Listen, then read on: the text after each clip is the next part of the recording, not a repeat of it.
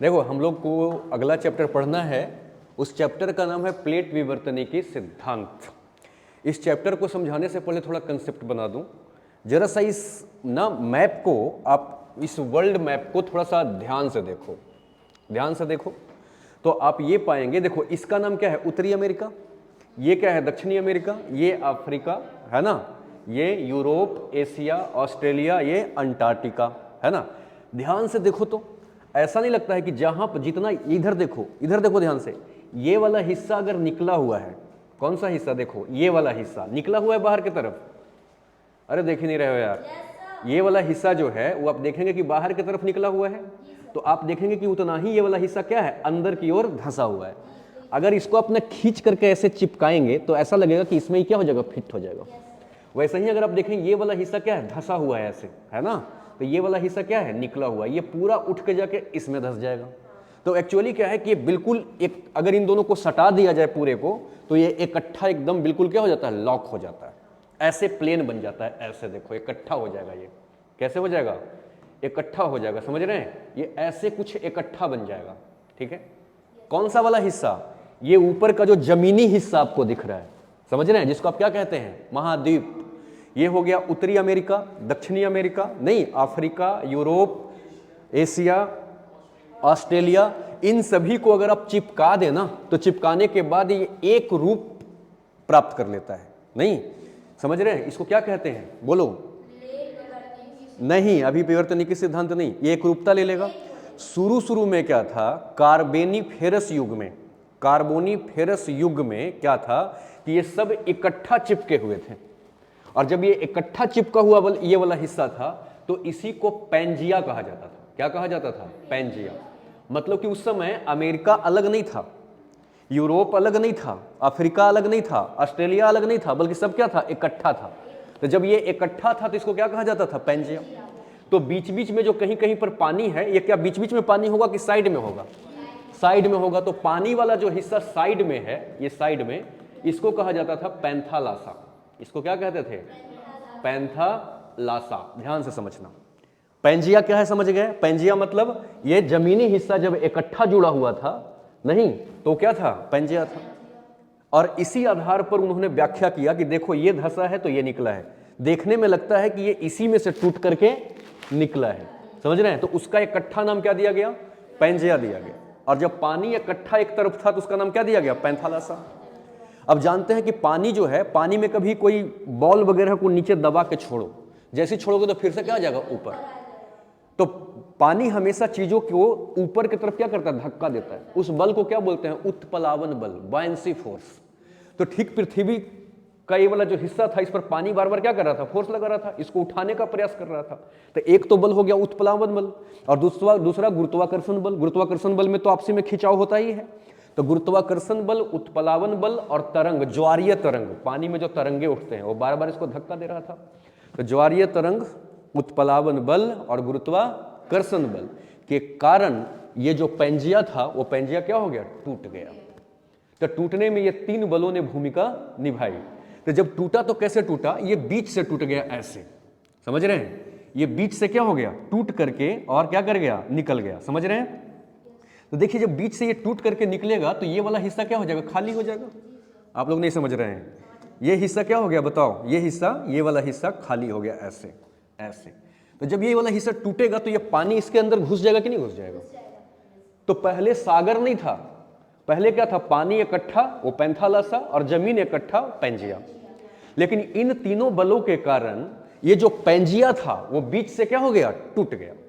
और टूटने के बाद क्या हुआ, एक हिस्सा उत्तर की तरफ, जो उत्तर की तरफ हिस्सा गया उसको बोलते हैं अंगारा लैंड।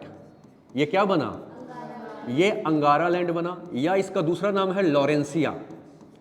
चाहे तो लॉरेंसिया कहिए या अंगारा लैंड कहिए। तो ऊपर वाला हिस्सा लॉरेंसिया या अंगारा लैंड जो उत्तर की तरफ गया, और जो नीचे मतलब दक्षिण, दक्षिण की तरफ जो आया इसका नाम पड़ा गोंडवाना लैंड। इसका नाम क्या पड़ा, गोंडवाना लैंड। ठीक है, हाँ, तो गोंडवाना लैंड यानी पैंजिया, ये जब इकट्ठा था तो पैंजिया था, लेकिन जब ये बीच से टूटा तो जो उत्तर की तरफ बहा वो क्या कहलाया, अंगारा लैंड, और जो नीचे की तरफ बहा वो क्या कहलाया, गोंडवाना लैंड। ठीक है, तो इसके बीच में जो जगह खुली इसमें पानी भर जाएगा, तो इसको दुनिया का पहला सागर कहा जाता है।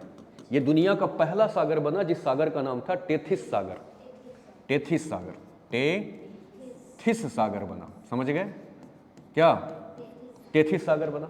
अब जरा सा ध्यान से देखिए, ये अगर टूटा होगा तो फिर पानी इसको इधर से भी तो धक्का मारता होगा, तो ये उत्तर वाला भी हिस्सा क्या हुआ? टूटा, ऐसे टूटा, ये इधर बहा, ये इधर बहा, ये टूट करके बहा। अब जरा ध्यान से यहां मैप पर देखना, यहां से ऐसे क्या करो, काट कैसे निकाल लो ये वाला हिस्सा। तो ये वाला कौन वाला हिस्सा है? गोंडवाना लैंड है। ये वाला हिस्सा जो है वो आपका क्या है? ये वाला गोंडवाना लैंड है। और ये ऊपर वाला क्या है? अंगारा लैंड है। ठीक है, तो देखो अंगारा लैंड जब टूटा फिर से वापस, तो ये वाला हिस्सा इतना दूर तक निकल करके कहां चला गया? पश्चिम की तरफ। वही वाला निकला कौन? उत्तरी अमेरिका। तो उत्तरी अमेरिका किसका हिस्सा है? अंगारा लैंड का। और ये वाला हिस्सा यूरोप, और ये वाला हिस्सा एशिया। अब आप जानते हैं कि यूरोप और एशिया जमीन से क्या है? जुड़ा हुआ है, इसलिए इकट्ठा इसको कहा जाता है यूरेशिया। यूरेशिया का मतलब यूरोप प्लस एशिया। यहां पर एक पर्वत है ऐसे, जिस पर्वत का नाम है आल्प्स पर्वत।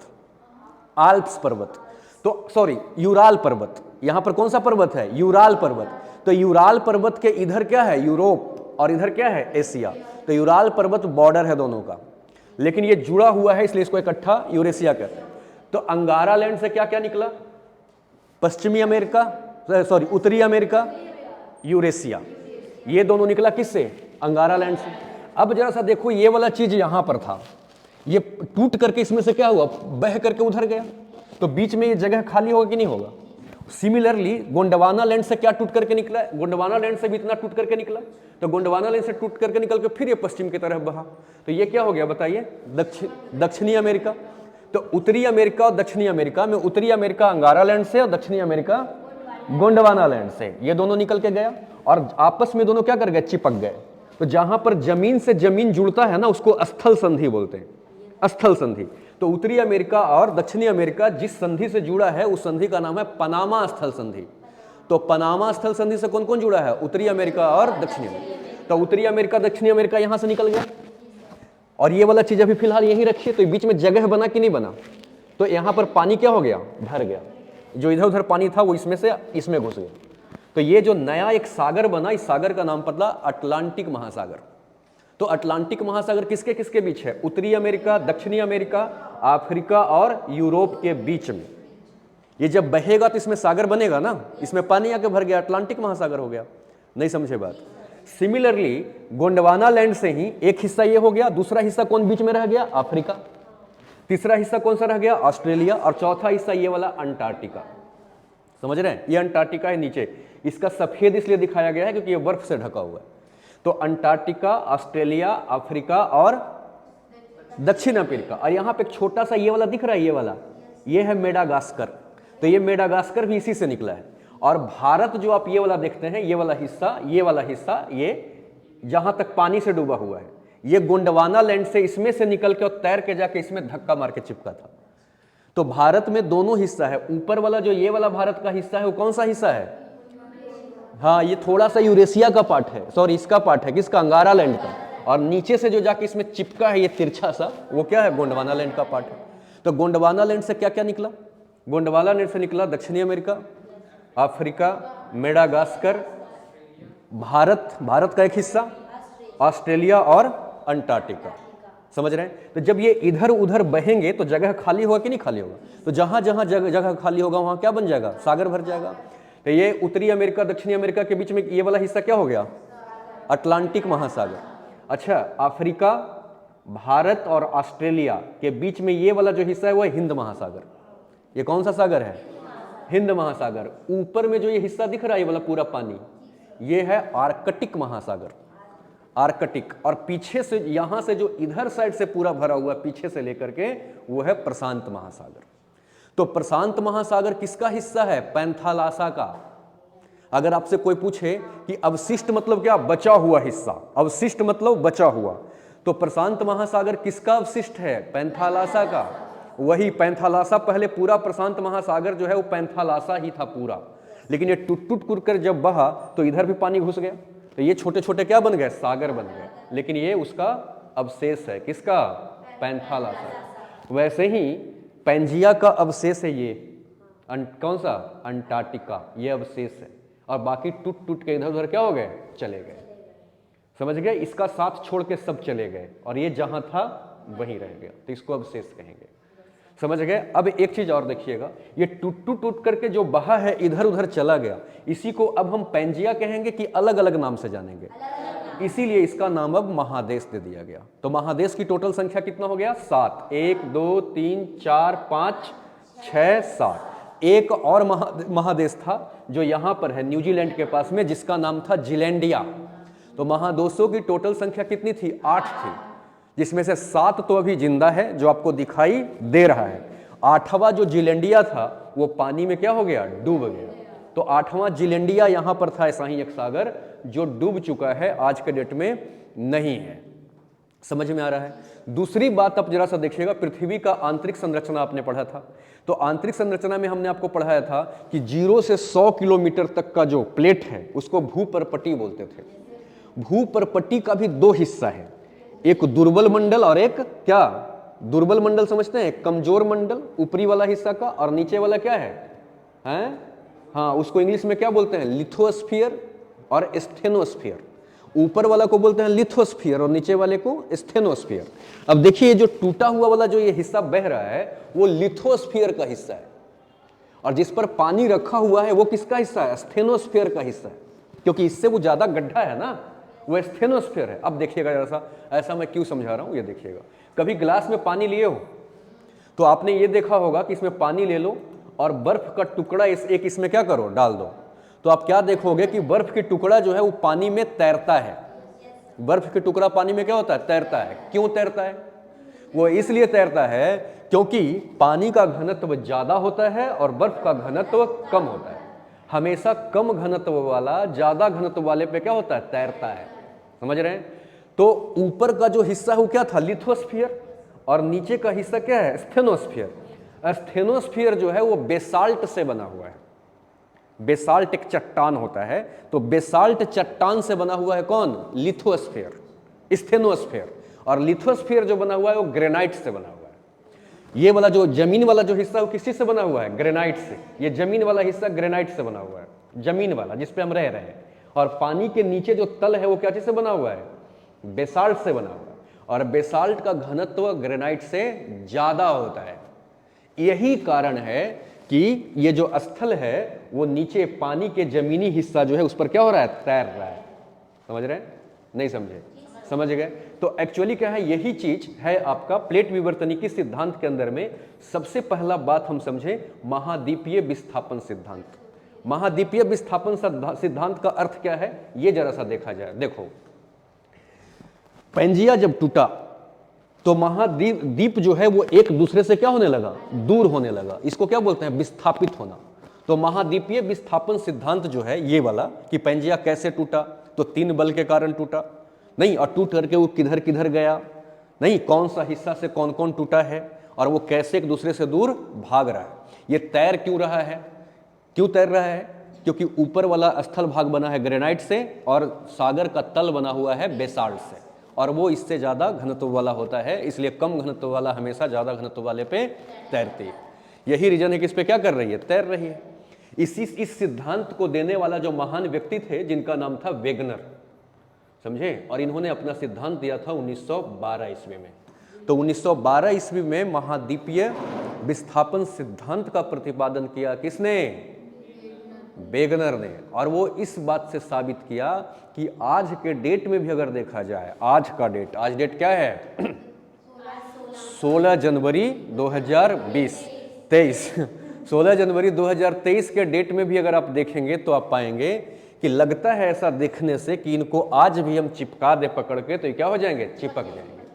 इसका मतलब है कि ये वहीं से निकले हैं। इसी बात को समझाते हुए इन्होंने महाद्वीपीय विस्थापन का सिद्धांत दे दिया। समझ गए? और इसी सिद्धांत को आगे बढ़ाने का काम किया हैरी हेस नाम का एक व्यक्ति ने। हैरी हेस, ये कब आए? 1962 ईस्वी में। अब इसको जरा ध्यान से समझिएगा, हैरी हेस का सिद्धांत। ठीक है, अगला क्या है? हैरी हेस का सिद्धांत इन्होंने दिया 1962 में। इस सिद्धांत का प्रतिपादन किया, लेकिन इसका साइंटिफिक तरीके से जो व्याख्या किया उसका नाम था मोर्गन। तो वैज्ञानिक दृष्टि से व्याख्या किसने किया? मोर्गन ने। लेकिन यह सिद्धांत किसने बनाया? हैरी हेस ने। और ये सिद्धांत क्या था सो देखिएगा। इस सिद्धांत को समझने के लिए आपको वेगनर वाला सिद्धांत को समझना ही पड़ता, क्योंकि वेगनर ने समझाया ना कि प्लेट एक दूसरे से क्या हो रहे हैं, दूर भाग रहे हैं। इसी सिद्धांत को समझाते हुए हैरी हेस ने क्या दिया सिद्धांत सो देखिए। अच्छा एक बात बताओ, जितना ज्यादा ये प्लेट एक दूसरे से भागेगा तो ये सागर का एरिया चौड़ा होता जाएगा कि कम होता जाएगा?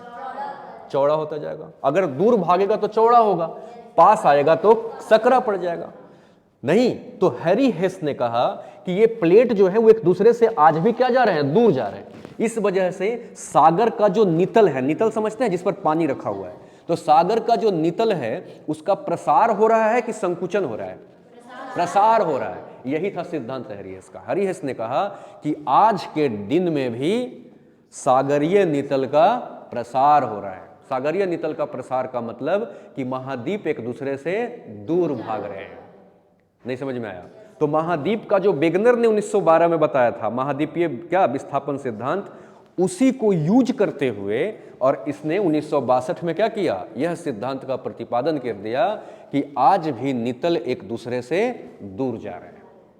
समझ रहे हैं? लेकिन साइंटिफिक तरीके से जो समझाने का काम किया कि दूर जा रहे हैं तो क्यों जा रहे हैं, क्या कारण है, तो हमने भी देखा कि ज्यादा घनत्व वाला पर सदैव कम घनत्व वाला तैरता है। ये सारे तरीके से वैज्ञानिक तरीके से इसका व्याख्या करने का जो काम किया वो किसने किया, मॉर्गन ने किया। समझ गए? ये क्या था, सागरीय विस्थापन का सिद्धांत था, सॉरी सागरीय नितल प्रसार का सिद्धांत था। और इसने किसका सिद्धांत दिया था? हाँ, अब जरा देखिएगा प्लेट विवर्तनिकी सिद्धांत क्या है ये देखिएगा। ठीक है, इसी कंसेप्ट को लेते हुए जो पैंजिया कई हिस्सों में क्या हुआ, टूटा है ना, तो टूट करके एक एक बड़े बड़े सिल निकले, इसी को प्लेट का नाम दे दिया गया। अब देखिए कौन कौन सा है, तो इसको कौन सा प्लेट बोलेंगे, अमेरिकी प्लेट। ये एक अमेरिकी प्लेट हो गया, अमेरिकी प्लेट। ये क्या हो गया, यूरेशियन प्लेट। ये क्या हो गया, अफ्रीकी प्लेट।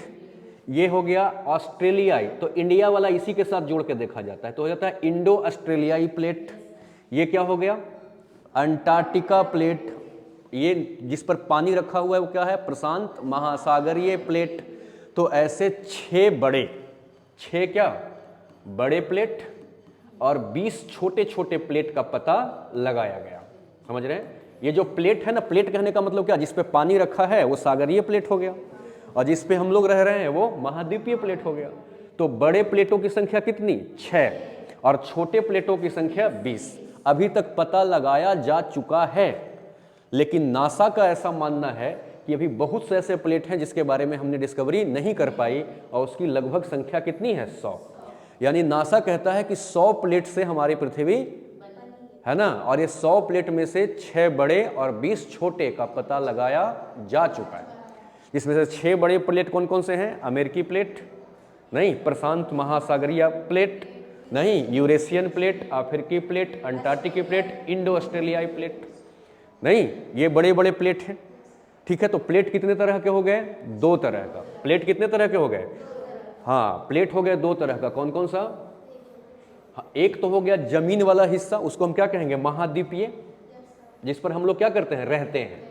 तो एक हो गया महाद्वीपीय प्लेट, नहीं समझे, महाद्वीपीय प्लेट। और दूसरा जिस पर हम नहीं रहते बल्कि जिसके ऊपर पानी रखा हुआ है, तो इसको क्या बोलते हैं, महासागरीय प्लेट। नहीं समझे लगता है, महासागरीय प्लेट। ठीक है, समझ गए?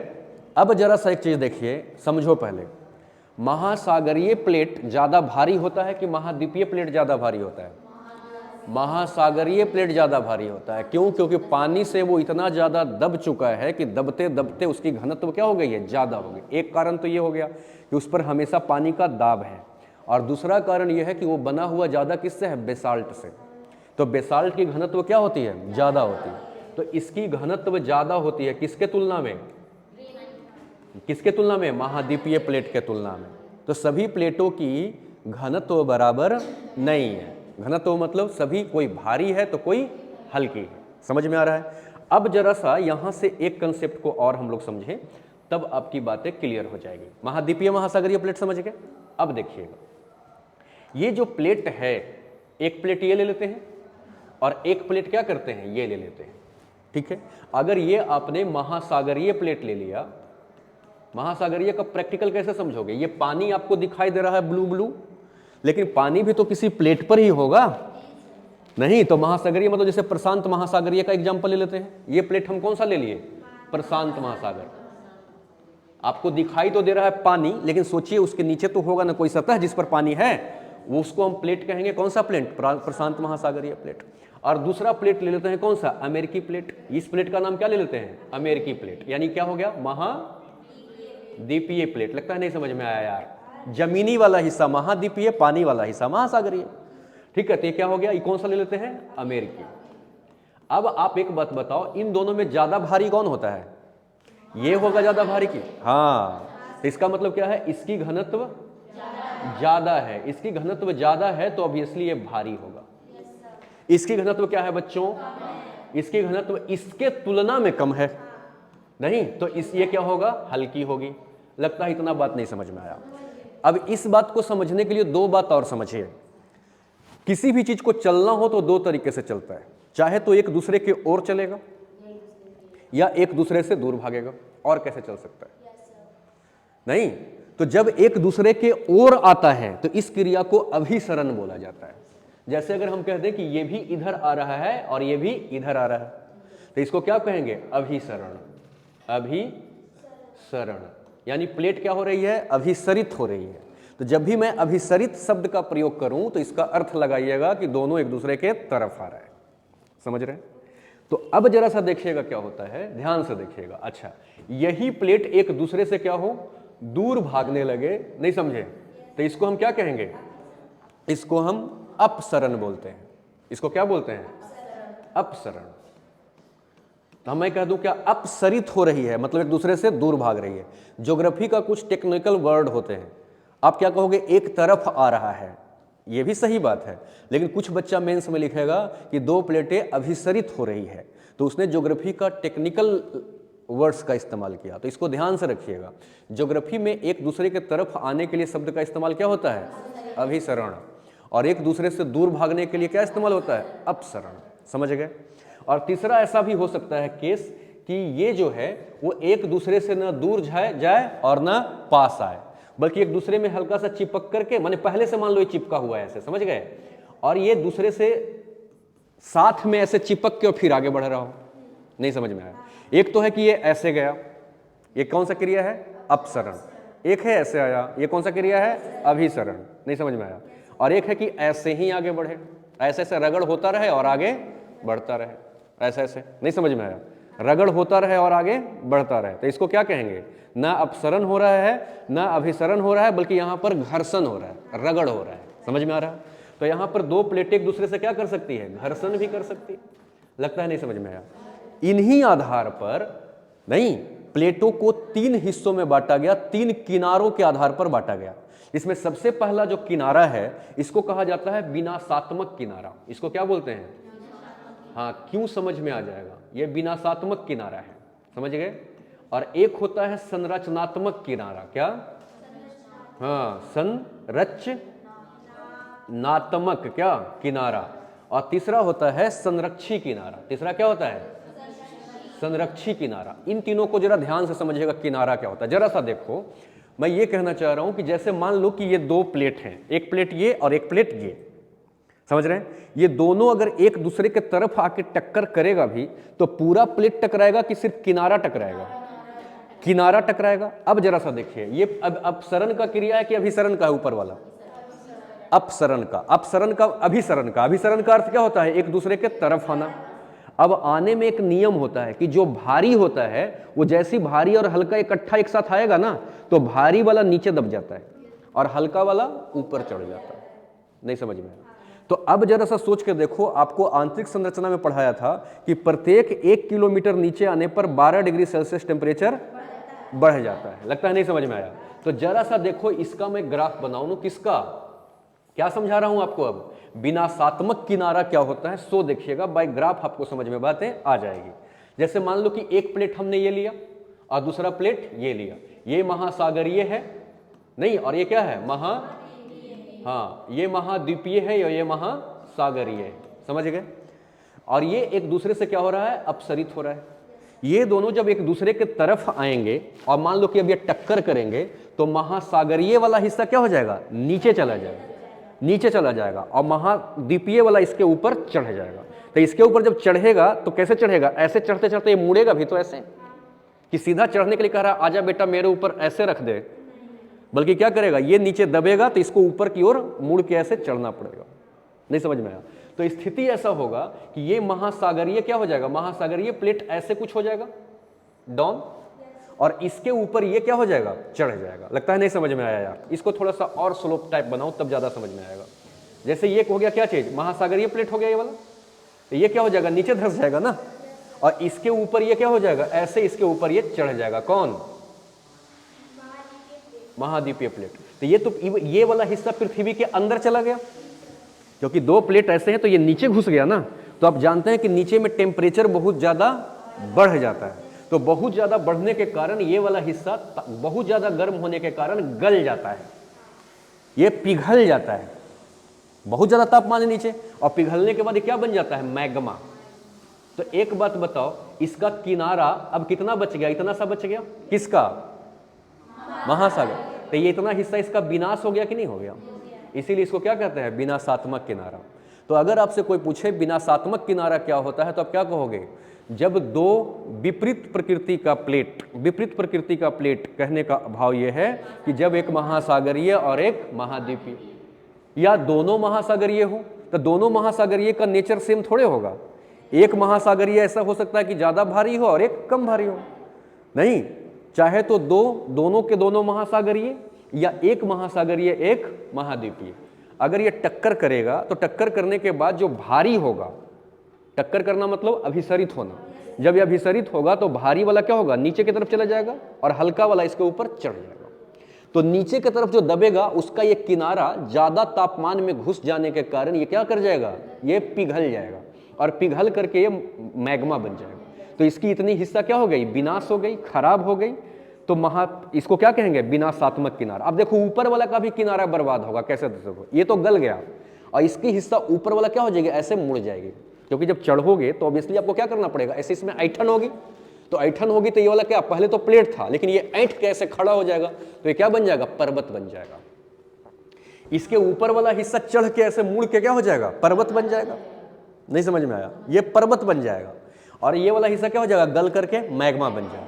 तो इसके भी कुछ किनारे बर्बाद हुए और इसके भी कुछ किनारे बर्बाद हुए, इसलिए इसको क्या कहा जाता है, विनाशात्मक किनारा। क्या मैं समझा पा रहा हूं?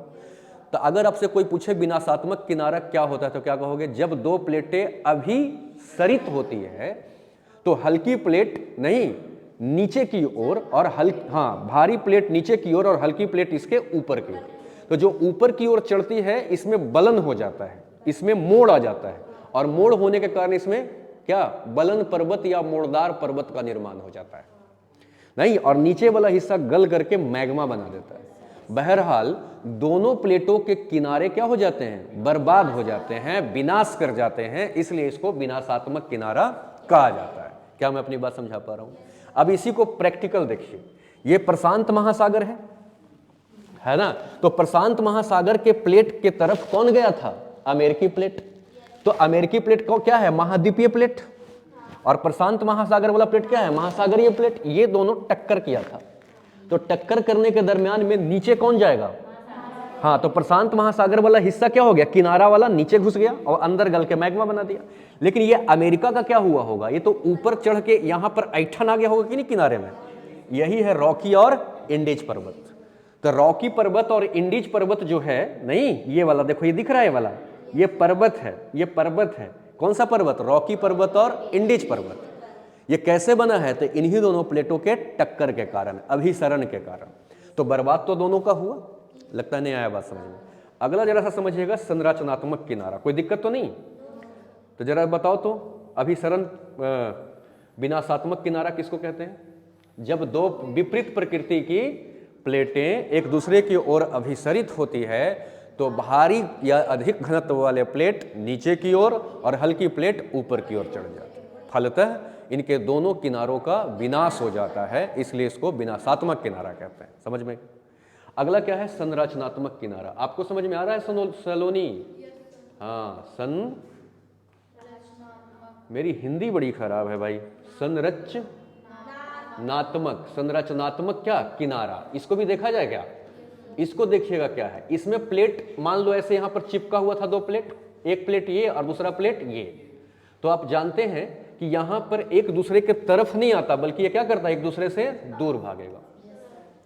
तो जब अपसरण होगा, अभिसरण होगा तो हमेशा क्या होगा? विनाशात्मक। जब अपसरण होगा तो जरा सा देखो, ये वाला प्लेट बहते बहते किधर आ गया? इधर चला गया। और ये वाला प्लेट किधर आ गया? इधर आ गया। तो ये बीच का जगह क्या हो जाएगा? खुल जाएगा। तो खुल जाएगा तो जो नीचे मैग्मा है, मैग्मा आप जानते हैं कैसा होता है? गर्म। और गर्म चीजें हमेशा क्या होती है? हल्की। और हल्की चीजें कहाँ आती है? हमेशा ऊपर। तो स्थिति ऐसा होता है कि इसके नीचे जो मैग्मा दबा हुआ था प्लेट के नीचे, ये प्लेट जैसे खुलता है तो उसको रास्ता मिल जाता है ऊपर आने का। तो ये मैग्मा ऊपर आता है। और मैग्मा जब ऊपर आएगा तो ऊपर आकर ठंडा होकर जम जाएगा कि और फैल जाएगा? जम जाएगा। तो जम जाएगा तो यहाँ पर जो जमीन खाली हुआ था उसको मैग्मा क्या कर देगा? भर देगा। तो भर देगा तो यहाँ पर नया किनारा बनेगा कि विनाश होगा? तो यहाँ पर एक मैग्मा इसको, इस गैप को भर देता है और भर करके इसको क्या कर देता है? फिर से ज्वाइन करा देता है। तो यहाँ पर नए किनारे की क्या हो गई? निर्माण हो गई। इसलिए इसको क्या कहते हैं? संरचनात्मक किनारा। क्या मैं अपनी बात समझा पाया? तो देखो, अभिसरण से जो मैग्मा बनता है, अपसरण से वही मैग्मा बाहर आ जाता है। तो ये विनाश और निर्माण की प्रक्रिया चलते रहती है। समझ रहे हैं? अगला ये अगला है क्या? संरक्षी किनारा को ध्यान से देखिएगा। अब ये प्लेटें जैसे मान लो एक प्लेट ये हो गया और एक प्लेट ये हो गया। ये दोनों प्लेटें ऐसे प्लेटें हैं, ऐसे समझिए। ये रगड़ते हुए एक दूसरे को क्या करते हैं? आगे की ओर बढ़ते हैं। एक दूसरे से न दूर भागते हैं और न अंदर घुसते हैं, बल्कि एक दूसरे से ये रगड़ खाते हुए और आगे बढ़ते हैं। ये जनरली किसके किसके बीच होता है? तो ये होता है दोनों के दोनों अगर महाद्वीपीय हैं तो, समझ गए? तो महाद्वीपीय जो है उसका नेचर लगभग क्या है? सेम है, ग्रेनाइट का है। और सेम नेचर होने के कारण ये एक दूसरे से क्या करते रहता है? रगड़ करते रहता है, रगड़ करते हुए आगे बढ़ता है। इस वजह से न इसकी विनाश होती है और न इसकी निर्माण होती है, जैसे है वैसे ही रहती है। इसलिए इस किनारा को हम क्या कहते हैं? संरक्षी किनारा। यानी इसकी किनारा हमेशा क्या होता है? संरक्षित होती है। समझ रहे हैं? ऐसे ही कुछ निर्माण हुआ, जरा देखिएगा। ये वाला पूरा प्लेट क्या है बताओ? ये पूरा प्लेट क्या था? Eurasian plate. और यहां पर था टेथिस सागर, यहां। और टेथिस सागर में क्या होता है? जैसे मान लो ये है नहीं, घर से अमरूद खाए, केला खाए और जाके सब उसका छिलका किसमें? टेथिस सागर में फेंका है। तो टेथिस सागर में बहुत सारा मलबा क्या हो गया? भर गया। बहुत मलबा भर गया था, समझे? तो इधर से यूरेशियन प्लेट और इधर से इंडिया वाला प्लेट जो इधर से दौड़ के आया गोंडवाना लैंड की तरफ से, है ना। और बीच में क्या? टेथिस सागर। आपको पता है ना, इधर अंगारा लैंड और इधर गोंडवाना लैंड के बीच में क्या था? टेथिस सागर था। और टेथिस सागर में पूरा मलबा भर गया। अब 7 भर गए। अब इधर से देखो यूरेशियन प्लेट और इधर से इंडिया वाला आया और आ करके और जोर से एक दूसरे के तरफ आया। तो जितने भी मलबा थे वो क्या होगा? फच से ऊपर फेंक देगा। समझ रहे हैं? तो ये मलबा जो अंदर भरा हुआ था ये दब करके कहाँ आ गया? ऊपर आ गया। और यही हिमालय बन गया। तो टेथिस सागर पहले सागर था, लेकिन आज टेथिस सागर के ही गोद में खड़ा कौन है? हिमालय है। तो हिमालय कहाँ है? टेथिस सागर पर। टेथिस सागर के जो मलबा थे ना, वही प्लेट एक दूसरे के तरफ, कौन सा प्लेट? यूरेशियन प्लेट और इंडो ऑस्ट्रेलियाई प्लेट। ये दोनों एक दूसरे के तरफ जब आए तो आपको मालूम है कि जो बीच में पड़ेगा वो क्या होगा? दब करके ऊपर उठेगा। तो धीरे धीरे इसको क्या कर दिया? उठा दिया, ये हिमालय बन गया। और आज के डेट में क्या हो रहा है कि ये अभी और पास आ रहे हैं। तो और पास आएंगे तो हिमालय की ऊंचाई और होगी। मतलब अभी तक हिमालय के निर्माण चल ही रही है। इसलिए हिमालय अभी बच्चा है कि बुढ़ा हो गया? इसीलिए कहा जाता है कि हिमालय अभी क्या है? युवा अवस्था में है, अभी बुजुर्ग नहीं हुआ है। इसका मतलब हिमालय की ऊंचाई अभी और धीरे धीरे बढ़ेगी। समझ रहे हैं? दूसरी चीज क्या है? जब संरक्षी प्लेट में जब ऐसे होता है रगड़, तो ज्यादा से ज्यादा भूकंप आता है। भूकंप का मतलब पृथ्वी का कांपना। तो जब 2 प्लेटें टकराएगी तो ऑब्वियसली क्या होगी? कांपेगी आसपास के एरिया। नहीं तो टक्कर के कारण, मतलब संरक्षी किनारा के कारण भूकंप आता है। एक दूसरे से ये जब दूर भागेगा तो ज्वालामुखी आएगा, मतलब अंदर से मैग्मा बाहर आएगा। ये सारी काम होगा कि नहीं होगा? इतना समझ गए? अब एक चीज और देखिएगा। ये जो पूरा का पूरा हमारा पृथ्वी का जो हम लोगों ने अभी व्याख्या किया, इसको जरा ध्यान से समझिएगा, ठीक है? देखिए, हमारा जो पूरा पृथ्वी था, है ना, उस पूरे पृथ्वी का क्षेत्रफल कितना था? 510 मिलियन। मिलियन, 1 मिलियन में कितना? 10 लाख।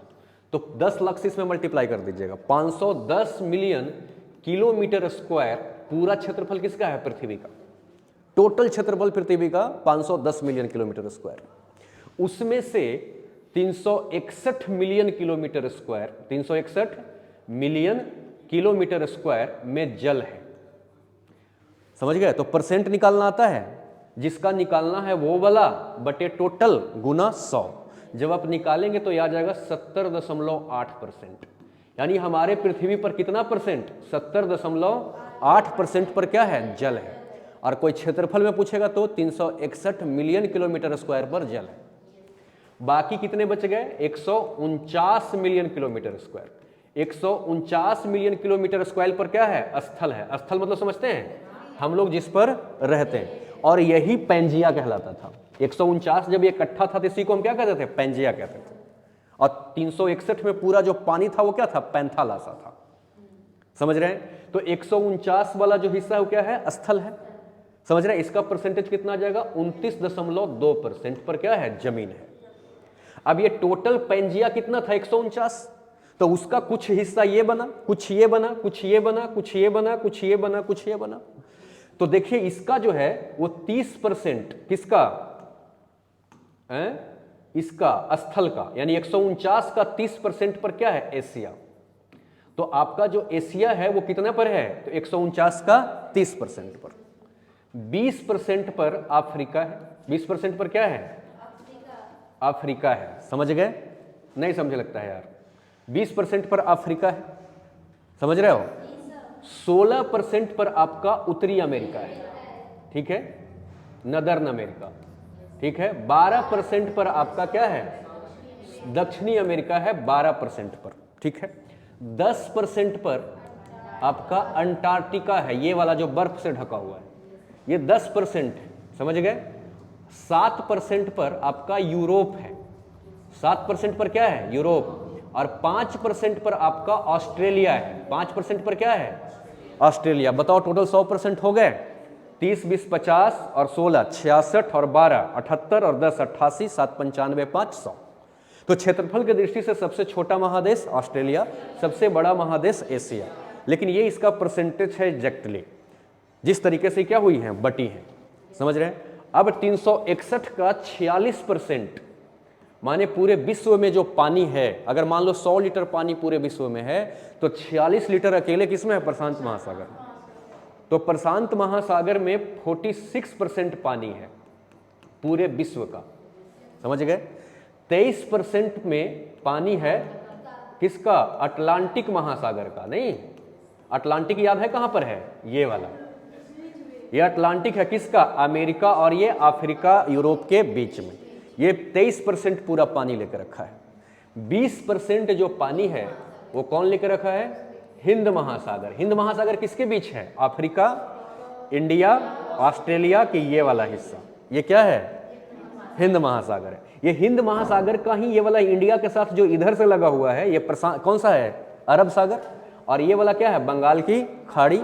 और नीचे क्या है? मन्नार की खाड़ी। तो भारत कितनी तरफ से पानी से घिरा हुआ है? 3 तरफ, इसीलिए इसको प्रायद्वीप कहा जाता है। भारत का ये वाला हिस्सा क्या है? प्रायद्वीपीय भाग है। समझ रहे हैं?